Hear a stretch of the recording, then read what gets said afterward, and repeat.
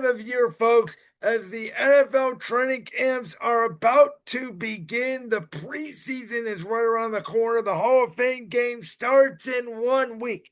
Now, as a reminder, as I said at the top of the program today, on Tuesday, friend of the show, former Bike Show Radio colleague Christian Hinton will be on air with me to cover the entire state of the National Football League. It will be the fourth of our state of the sports here throughout July. We've already done the state of the NBA, the state of Major League Baseball, and the state of college football. You can find those on all audio podcasting platforms as well as our Brandon's World YouTube channel. But as tradition, when it comes to this time of year in the NFL, it's time for me to throw my spicy hot takes. I know we all hate the hot takes business in today's sports media world. A lot of people think it's sort of flown by and, sort of overused and been there, done that type of deal. But it's fun to fantasize. And the NFL is the ultimate sport of hope. And at this point, at this time of the year, we're all fantasizing about what our favorite NFL teams are going to do this season. Some of these predictions are good. Some of these are bad. Some of these are indifferent.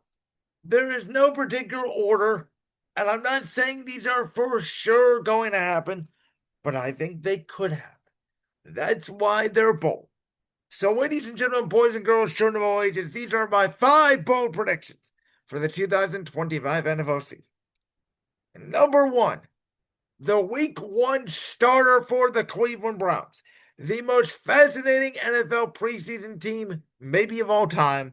That is not a joke. The team has 4 quarterbacks: Joe Flacco, Dillon Gabriel, Kenny Pickett, and the man who I am predicting in a bold prediction to be the Brown starter for Week 1, Shedeur Sanders. As I said in my interview with friend of the show, Andy Z, a few weeks ago, why not? You have nothing to lose. You took Shedeur Sanders in the 5th round. At worst, he was a 2nd-round talent. The Cleveland Guardians are under 500. They've been struggling the whole season. The Cleveland Cavaliers just got embarrassingly beat by the Indiana Pacers in 5 games in the semifinals of the NBA playoffs. This city of Cleveland needs some hope. The Browns' season last year was more of a disaster than maybe back in the day when they had Eric Mangini and Romeo Crennel and Pat Shermer and Hugh Jackson, and they were running through coaches. You need something to take the sting off of the Deshaun Watson contract and the decision to pay him. And Joe Flacco is 40-something years old. He's not your future. He's not going to win you games. If you're Coach Stefanski, what buys you more time is the belief from Jimmy Haslam that you have a franchise quarterback in the building. And it's not going to be Dillon Gabriel because he cannot see over his offensive line. Shedeur Sanders played with a bad offensive line during his college days at Colorado. I think he's NFL ready. Now, do I think he fits Kevin Stefanski's scheme? No. Do I think Kevin Stefanski and the Browns coaching staff and Andrew Berry, the general manager, wanted Shedeur Sanders? No, I do not. Do I think it was a Jimmy Haslam pick? Yes, I do. That's why you make the owner happy. You start Shedeur, Week 1. Number 2, the Tennessee Titans with rookie quarterback Cam Ward will win the AFC South Division. It's pretty simple. I like the Houston Texans roster. CJ Stroud, though, had a sophomore slump. And his offensive line is still not good. They really did not address it in the draft. And Houston is playing a first-place schedule, and they barely survived that the year before. And listen, I don't know what the Jacksonville Jaguars are going to be with Trevor Lawrence, Liam Cohen, and Travis Hunter. I don't know if Travis Hunter is going to play a lot on offense, if he's going to play a lot on defense, what that situation is going to be, if Trevor Lawrence can be fixed. Who knows what the hell is going on in Indianapolis? I think Shane Steichen's a really smart coach. And obviously, with the sad passing of owner Jim Irsay, now they have new ownership. We don't know what's going on there with Daniel Jones and Anthony Richardson. So we saw last year Jaden Daniels take the Washington Commanders by storm. We saw Drake May was not on a good team, but did he put up a lot of great numbers? And he was in a good division with the likes of Josh Allen. Trevor Lawrence does not scare me. Anthony Richardson or Daniel Jones doesn't scare me. And CJ Stroud's good. I think he's the best quarterback in the division, but he doesn't scare me. And so, in a weak division and a fourth place schedule, a team that's got some weapons, Tony Pollard out of the backfield, Calvin Ridley, they went out, they boosted the offensive line in the draft. They have an offensive minded head coach in Brian Callahan. Cam Ward was the most NFL ready quarterback, in my opinion, to come out of this draft. There's always a team every year in the NFL that shocks us and comes out of nowhere. And my take this year is, why can't it be the Tennessee Titans? Number 3, this will be Mike Tomlin's last season in Pittsburgh. I'm not even going to say they finally go under 500 because I don't know. They could go 9-8. But I do think this is Aaron Rodgers' last year in Pittsburgh. The Steelers, we know, are getting old. Once again, they are paying Jalen Ramsey. They traded for Jalen Ramsey. They got rid of Minka Fitzpatrick. TJ Watt's going to be turning 31 years old. They still have to pay him. And they once again, for the third consecutive year, lead the NFL in defensive spending. Will Aaron Rodgers, even though I am sort of done and over Aaron, and I'm trying not to buy into the Pittsburgh Steelers hype the way I bought into the New York Jets hype the last few years. But theoretically, is Aaron Rodgers an upgrade over what you have in Russell Wilson, Justin Fields a year ago? Absolutely, there's no doubt about it. Yes, he is. The thing is, they're in a division with Joe Burrow and Lamar Jackson. So as long as that is the case, in my opinion, at best, they are third in their division at quarterback. It's really hard to win those games. And so, by nature of it, again, they have Darius Slay, they have Jalen Ramsey, they brought over DK Metcalf. They're going all in with Aaron Rodgers. But if it's what I suspect it will be in Pittsburgh this year, which is 9 wins, maybe a wild card round, and another loss, it will be another year that the Pittsburgh Steelers have not won a playoff game. And they lead the league in defensive spending in an offensive era. And as good of a leader of men as Mike Tomlin is, I know Steelers fans are sick of it. His act seems to be getting old in Pittsburgh. And sometimes, just like Andy Reid in Philadelphia after 14 years, just like, Bill Belichick in New England for 23 years. At some point, it's going to come true for John Harbaugh and the Baltimore Ravens, just like Pete Carroll and the Seattle Seahawks. Sometimes the organization just needs a pivot. They need a fresh voice in the room. And I think this could be Mike Tomlin's last year in Pittsburgh.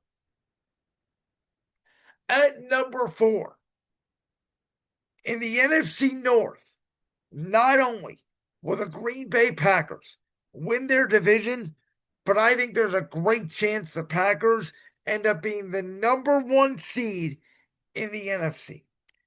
You look at the start of their schedule. So they start off week 1 division game hosting the Detroit Lions. And I think that is huge that they are hosting the Detroit Lions at home to start the season, because the Lions are going to have a new offensive coordinator. They're going to have a new defensive coordinator. There is a lot of new out there in Detroit. I think after what the Lions have been for the last 2 seasons, NFC Championship game to the divisional round last year in defeat, I think they take a step back. And I think that's a good draw for Green Bay in the opener. Then they get the Commanders. Hard, I get it. But guess what? It's a short week, and it's a short week at home. Advantage. Then they get the Browns. Then they get the Cowboys, and we'll get to them in a minute. Then they get Cincinnati in Green Bay, and we know Cincinnati always starts off slow. Arizona's a little bit of a tricky game, but winnable. You get Pittsburgh, Aaron Rodgers, which you know the Packers are going to be fired up to win that Sunday night game. And then you get the Panthers. Realistically, I think Green Bay could have 1 or 2 losses before they get to the November 10th Monday night game against the Philadelphia Eagles. And then after that, they get the Giants, the helpless Giants. And then they get the Vikings, who we don't know how good JJ McCarthy is going to be because this is essentially his rookie year. I think this Packers schedule is very doable. It works out for them. I think Golden, the wide receiver they took out of Texas, is going to have a major impact for them. And if he does become a valuable number one receiver, boy, do these things change for the Packers. And I also think Jeff Elway being in the second year of his scheme on defense, the defense will only be able to grow more. I think the Packers are set up to have a very good regular season this year. On the reverse, at number 5, I think the Dallas Cowboys actually finished last in the NFC East. If you look at the Dallas Cowboys schedule, which for starters, they hired Brian Schottenheimer as head coach, who I think is unqualified to be head coach in the National Football League. Outside of acquiring George Pickens, they did next to nothing this offseason, and they still need to sign Micah Parsons to a contract extension. Folks, Jalen Hurts and Jaden Daniels are running the NFC East for years to come. And the Giants, even though I think they're going to be a disaster and they may win 4 or 5 games, there's a chance with Russell Wilson, Malik Neighbors, Brian Dable being the OC as well as that coach there, with that defensive line of Kayvon Thibodeau, Dexter Lawrence, Brian Burns, and then of course you have the pass rusher that they got out of Penn State, Abdul Carter. They have arguably the best defensive line in the league, and if that does become true, they're going to win a lot of games. Dak Prescott is coming off that injury for the Cowboys, that lower leg injury once again. They did not have a run game last year until the end of the year with Rico Dotto. Now their running backs are Miles Turner and Javonte Williams. Their defense led by Matt Eberflus, who was a good defensive coordinator in Indianapolis. I think he will do good in Dallas. But again, it's a whole new scheme. It's going to take some time to implement. And you look at this schedule. They go to Philly. Then they got the Giants, which again should be a win, but the Giants are going to beat them up because they do have a great defensive line. The Cowboys' offensive line is not the best. Then they go to Chicago, where Ben Johnson obviously really does not like the Cowboys. Then they take on the Packers, who I think unequivocally own the Cowboys. Jets should be a win. But at Carolina could be tricky. Dave Canales has his number against the Cowboys. I think the Panthers will actually be an improved team. They got to take on the Commanders. Then they got to take on the Broncos. Then they got to take on Arizona, who Kyler Murray always owns the Cowboys in Dallas. Then they got to take on a Pete Carroll Raiders team, who I think will be very much improved. Then they got to take on Philadelphia again. Then they got to take on the Chiefs on Thanksgiving. Then they got to take on the Detroit Lions. And this schedule is just an ongoing gauntlet. There's not a lot of easy W's on there. If you want to give them the Raiders, if you want to give them the Panthers, and you want to give them the Giants even twice, that is 4 wins max that are gimmies on this Dallas Cowboys schedule. I think there's a real possibility they could win 5 games. They go 5-12. Giants go 6-11. They finish dead last in the NFC East.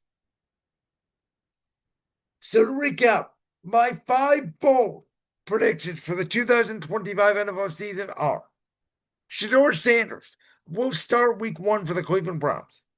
Cam Ward will win the Tennessee Titans the AFC South. This will be Mike Tomlin's last year as the head coach of the Pittsburgh Steelers. In the NFC, the number 1 seed will belong to the Green Bay Packers, while the Dallas Cowboys finish last in the NFC East. Like that clip from the Brand Sports Podcast? If so, make sure you go down there and hit that subscribe button. While you're down there hitting the subscribe button, make sure to also hit the notification bell so you never miss another upload. And make sure you check out all the other clips from the Brains World podcast right here on YouTube.